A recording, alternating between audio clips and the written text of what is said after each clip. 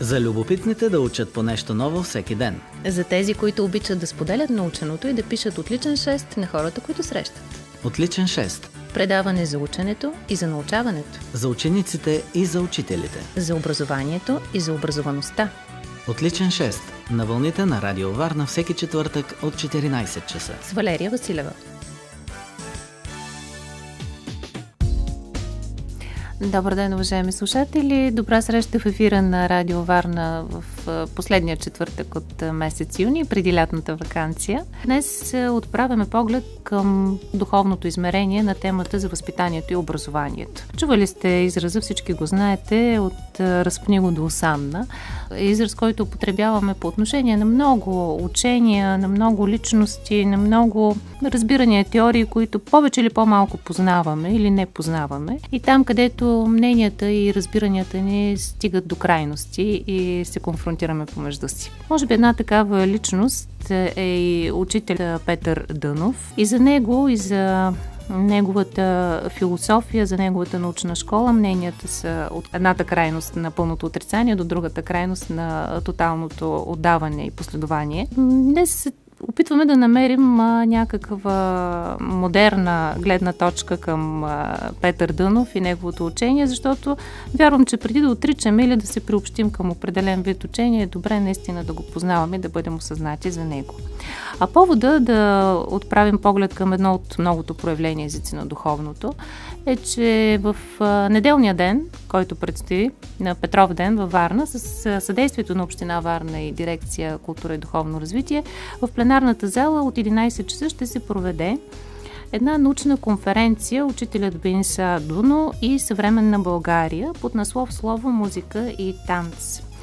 Как словото, музика и танц ще бъдат съчетани с един научен подход и как в съвремието на модерния човек могат да бъдат практически приложими някои от идеите на Петър Дънов, разговаряме с един варненец, Йордан Йорданов, който дълги години имаше активен и предприемачески и социален живот тук във Варна. От няколко години е вече в София и повече отдава превес на духовното. Неговата специалност всъщност са обществените науки и той е един от организаторите на събитието в неделя.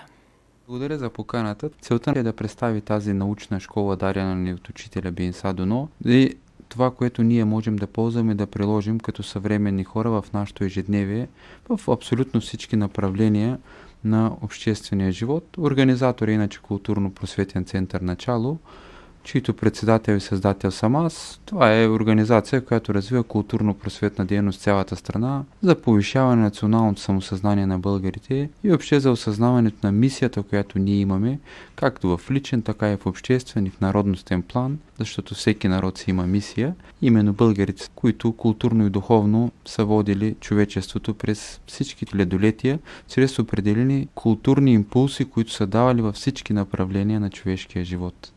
Същността и не е самата личност на учителя, въпреки че това е една много универсална енциклопедична личност, с която българите могат да се гордият, и няма друг човек на земята, който да е дал слово, музика и танц в една цялостно осмислена школа, научна и съвременна трактовка за живота, както е дал именно учителя. Освен божествените, т.е. космически принципи и закони, той ни дава методи, чрез които ние да бъдем щастливи, радостни, здрави и най-важно да проявим своята творческа същност като дарби и таланти.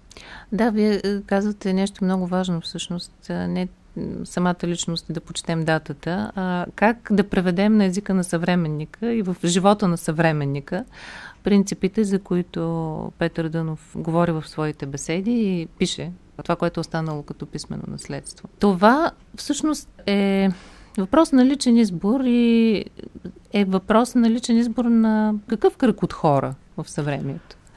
Въпросът опира вече до това човек как се самоосъзнава и доколко разбира в какви взаимодействия и взаимовръзки се намира. Тоест, все пак човекът е създаден от един космически разум, който ни е създал, който ни е организирал и който ни дава и условия за живот. И този космически разум, както и ние родители след като създадат деца и се грижат за тях, така и този разум ни дава проявления през определени същества, които са много по-разумни за съвремието си. Историята познава множество такива личности, които дават познание, което се разбира или се прилага в следващите столетия, дори и хилядолетия. Примерно това, което е говорил Христос, чак сега успяваме да го осъзнаем в някаква степен и днешната цялата култура на човечеството в крайна сметка е една християнска култура и цивилизация, но ние тепърва трябва да вникнем в това учение. Човекът представлява една конфигурация, така да го кажем, от мисъл, чувство и воля, и именно чрез тези методи ние как да хармонизираме своята мисъл, съответно своето чувство, проявени като добродетели, като качества личностни, и съответно как да активираме своята воля. Волята е детето на мисълта и на чувството, т.е. как да реализираме това, което е вложено в нас, това, което сме получили, ако щете и като наследство от родителите, натрупано по генетичен начин. В програмата на конференцията в неделя, тук във Варна, ще говорите за методите във възпитанието и образованието, и ние сега сме в времето за образование в програмата на Радио Варна. Какво е новото всъщност в тези методи? Така както ги обяснихте току-що, това звучи твърде универсално. Воля, мисъл, чувство, цялостна личност. Да, те са понятия, които се въртят от абсолютно всички така направления, като започнем от философия, психология и други науки, но тук вече нещата са разгледани в много сериозна дълбочина. За цялостно формиране на личността, като се почва от това какви критерии, на какви критерии, въобще през какви етапи трябва да минат един мъж и една жена след като решат да имат дете, каква предварителна подготовка, как да се пречистят самите те и физически, и на други нива, след това да слезе една желана душа, тя да бъде възпитана, образована по подходящия начин. Много говори за преднаталното възпитание на детето, още в утробата на майката да се заложат правилните качества, да се слуша примерно определена музика и въобще да се заложат определени неща. Учителят е категоричен, че новото учение, въобще новия светоглед на човечеството може да бъде постигнат по два метода. Единият е чрез майката, другото е естествено чрез образованието и възпитанието, които в крайна сметка се допълват едно от друго. Но там социалното основата все пак, въпреки всички теории и теорийки, основата са родителите, защото детето е в пряка връзка с родителите си, както външно-физически, така и чисто енергийно на много други нива, и след това следват вече училището и съответната социална среда. Трябва да имаме специфична подготовка на самите преподаватели и въобще и на обкръжаваща среда, но това е един бавен процес и етап, който трябва да преминем еволюционно. Да. Вие казахте преди малко, че трябва да мине време, за да бъдат разбрани определени идеи, определена теория, дори то не е само в учението на Петър Дънов. Човек е сложно същество, което минава през различни етапи, но в същността си за този етап човекът има основна задача да овладее и да развие своето умствено поле и да развие своите мозъчни центрове. И именно когато той развие мозъчни центрове, се свърза с определени енергии и полета, които започват да работят през него и го активират. Както стана и въпрос в предварителния ни разговор, за да се развива, примерно музиката и математиката са пряко свързани една с друга, защото това са два мозъчни центъра, които се намират един до друг в мозъка. Тоест, когато човек пее, той развива съответно и своите математически способности. Когато се развият мозъчните центрове, съответно тогава човек мисли право, чувства право и действа право и осъзнато. Колко важно е тогава ранното възпитание на децата, отново да се върнем към първите години? Говорихме още от преднаталното възпитание, като започнем. Още от момента на идеята за зачеване на детето е много важна. Преднаталното възпитание, вече след като детето се роди, то трябва да има определените условия. Тая подготовка на детето минава през 7 годишни периоди. До 7-та година човек формира своето физическо тяло, докато от 7-та до 14-та повече се оформя неговото чувствено тяло, т.е. неговите добродетели и неговите качества. Главно чрез изкуството е много важно в този период. То за целия живот е важно, но от 7-та до 14-та година е много важно да се сложат наченките на това. А вече до 14-та до 21-та година детето минава през следващ период и етап, в което развива повече умственото поле. Логичното. И това е вече науката, нали? Логиката и въобще всичко, което така е запознат съвременния човек като методи. В този смисъл усилията на повечето родители, така като връщам сега и аз като родител лентата, да насочат децата си в различни области, да опитат различни неща, може би е добър подход. но пък води до доста голямо натоварване, разпиляване, съревнование, състезателност между децата, непрекъснато участие в конкурси, в изпити за получаване на сертификати, да се докажем, да спечелим награда от... Тоест намерението е добро, но формата не винаги е най-правилната. Въобще елемента на конкуренцията идва от липсата на любов, т.е. на правилно взаимодействие между хората. И именно това е, което дава учителят, новият метод на любовта, новото учение, което вече ни дава не този метод на конкуренция, на взаимно допълване и развитие в хармония, защото в крайна сметка ние сме свързани по хоризонталата един с друг. Тоест това, което ние мислим, чувстваме и правим, се отразява на цялото земно кълбо и на обкръжаващата ни среда.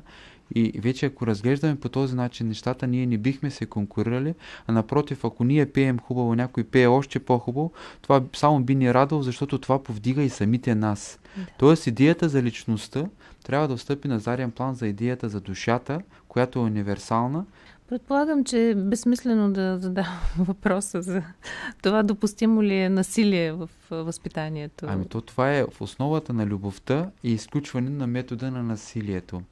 Сега цялата ни образователна система, ако се разгледа обективно, цялата представлява един метод на насилие.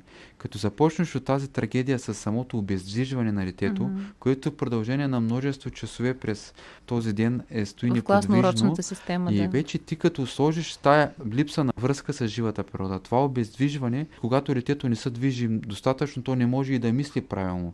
Ние говорим, че човека е мисъл, чувство и воля, но те са взаимно свързани и взаимно проникващи се процеси. За да мислим правилно, ние трябва да се движим.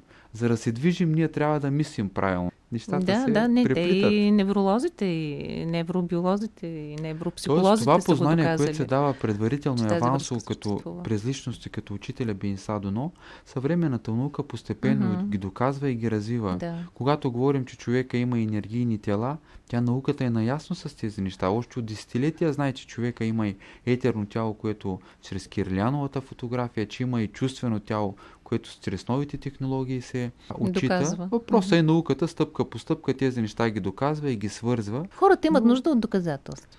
Да, тези доказателства те могат да добият сами чрез лични опитности. Тоест вземаш, прилагаш го и виждаш какъв е резултата първо след една седмица, след един месец, след една година.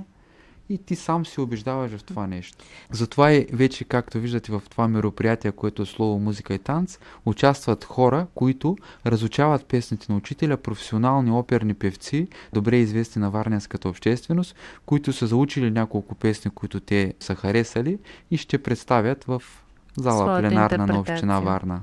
Мария Иванова, Лили Кондова, сопран, Станислава Марчева, мецо-сопран, Вяра Железова, мецо-сопран, Иво Бонев на пианото. Да. Познати на варненската публика.